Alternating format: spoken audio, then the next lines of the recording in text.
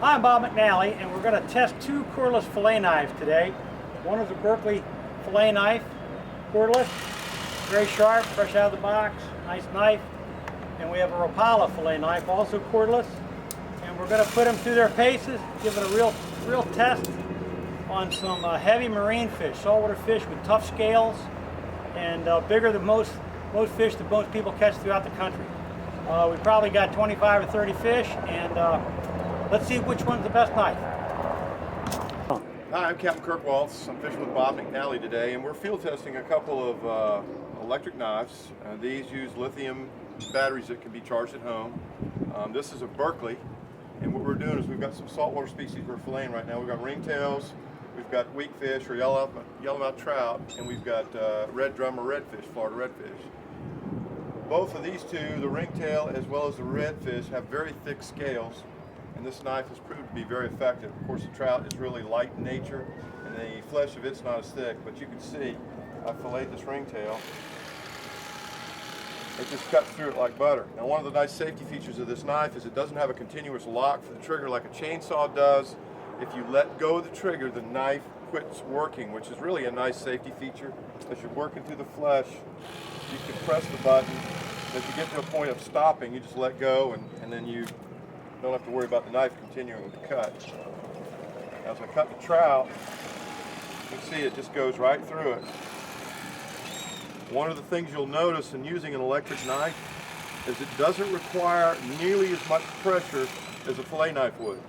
You're actually using a lighter touch and a lighter field. It's almost like you're slicing through butter. You really have to take your time, make sure the fish is on a nice, level, flat surface in order to make a good quality cut. But it does the same thing as a conventional fillet knife. It just doesn't require any pressure. And it just goes right through. I think with just a small amount of practice, anybody can be or become quite efficient with using one of these.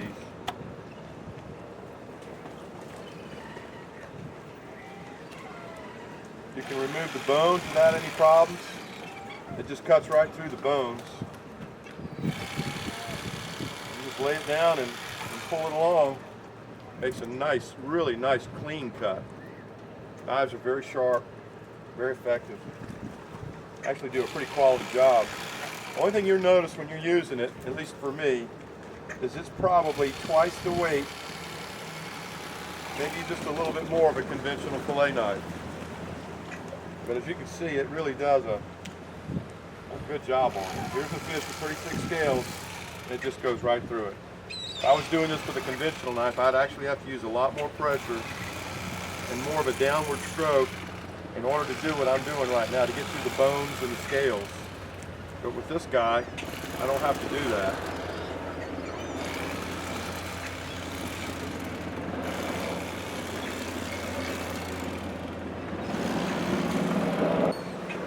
One of the nice features of this particular blade too is you notice that as the trigger you get the accelerated motion back and forth for the cutting edge, but if you hit the safety trigger right here and push it down, it won't work. That way if you got small children around, you got to lay the knife down, bag up your fillets, somebody comes over is not familiar with the knife, they can't run it unless they release the safety mechanism. When you release it, of course it works.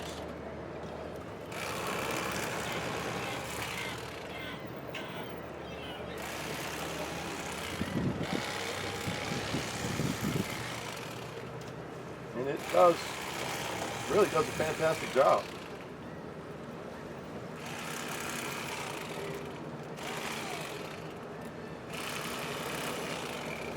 One of the nicer features, at least for me, that I would be reluctant, we're in a remote area close to the Mayport basin at the mouth of the St. Johns River. There's no electrical outlets here. So having a battery charged fillet knife like this really makes it simple. You can see it's quite effective. It does the job. We're a little bit more than halfway through with the Berkley knife, electric knife, and now we're going to go to the Rapala. It's a little different design, and try it and see how effective it is. Go ahead and start with these trout. Again, it's got the same trigger mechanism, which is a good safety item. right there at the bottom. It's got a little bit more weight in than the Berkley does, which probably means the battery life's a little bit longer, a little larger battery, but it is equally as sharp and goes right through it. I do notice in this particular knife, it seems like the blade is a little bit shorter, which helps a little bit.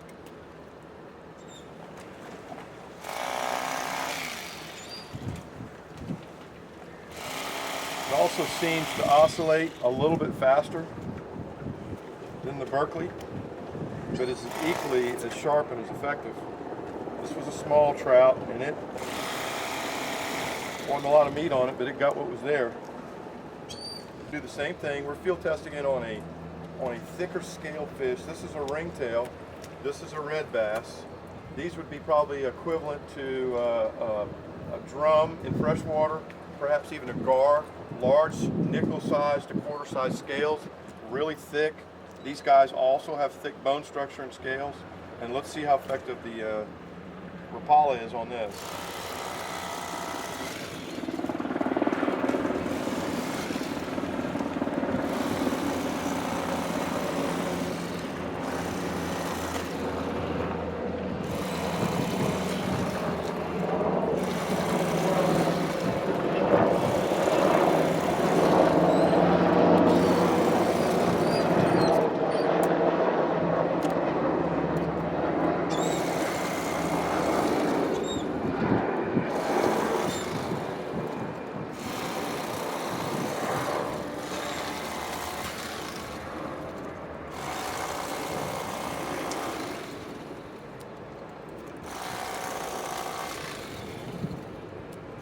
Filleting of these would probably be closely equivalent to doing maybe a large bull brim, maybe even crappie, or in Florida what we call a speck.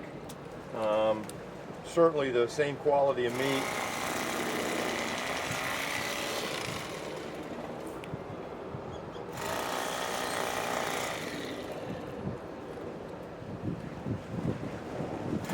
Again, it's just basically you really have to take your time forcing that knife down. You push it down too hard, you're going to miss a lot of the meat. And some of these are smaller fillets. Of course, I don't like bones. I don't think most people out there do.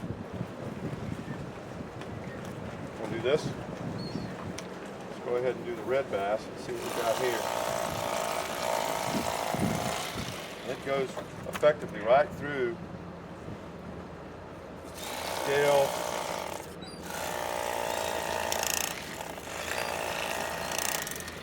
For some reason, it's binding a little bit.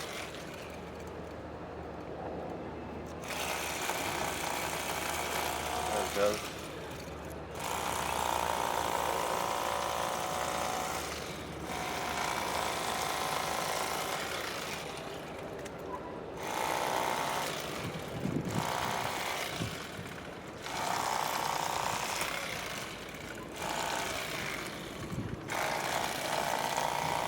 It does effective job. There's some big bones in here, and it goes right through them.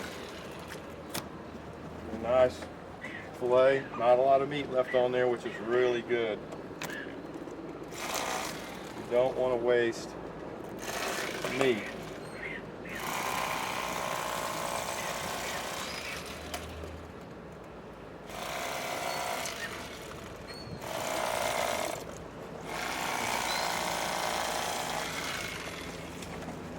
And I'm using a lot of the same technique I use when I'm filleting with a conventional knife.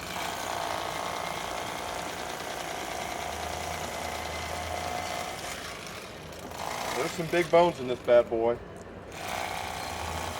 It's getting it done. I think the Berkley did a little better job in cutting through the dense bone, a little more so than the Rapala did, even though the Rapala got it done. Especially with the Rapala, it takes a larger grip to grab this knife versus the Berkley. As you can see, it's got a bigger battery, which is probably due to the amount of energy storage that you need to run the knife. But I find that I get a little more hand fatigue in holding the Rapala than I do the Berkley.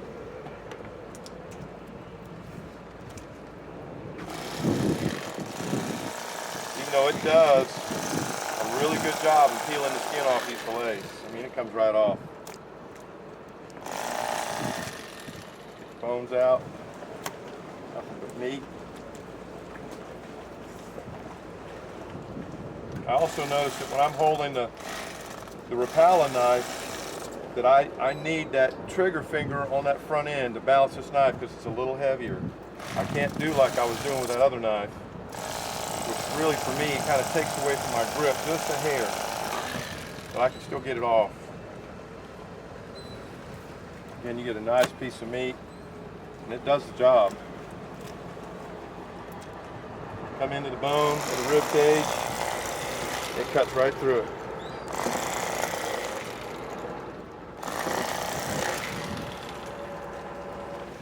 Get a nice piece of meat.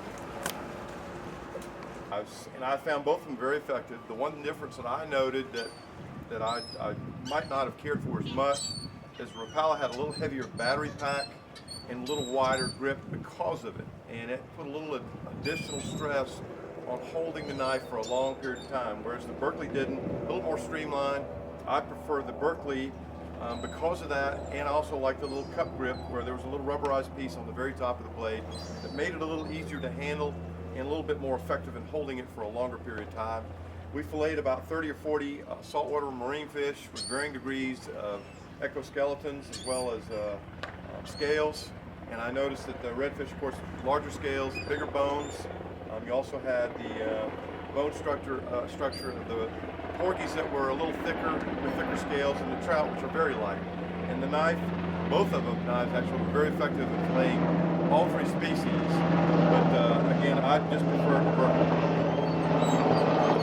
Well, we've just gone through 35 different fish, marine fish with heavy scales and heavy bones.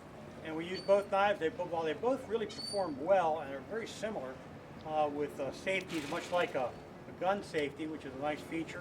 They're easy to take apart and clean. I really think that the way the Berkley knife feels, better balanced to me, fits in my hand better, and the blade seemed a little bit longer, and I was able to work around it a little bit better. Another thing about the Berkley knife, I probably wouldn't buy it for this reason, but if they're similarly priced, Berkley knife comes with a very nice case. The knife comes apart easily and fits in there with the batteries and the battery packs. Another good thing that I was impressed with both knives is that they seem to hold a charge really well. I mean, they're as hot now, so I think we could do twice that many fish and wouldn't need to recharge it whatsoever. So these are both very, very good knives.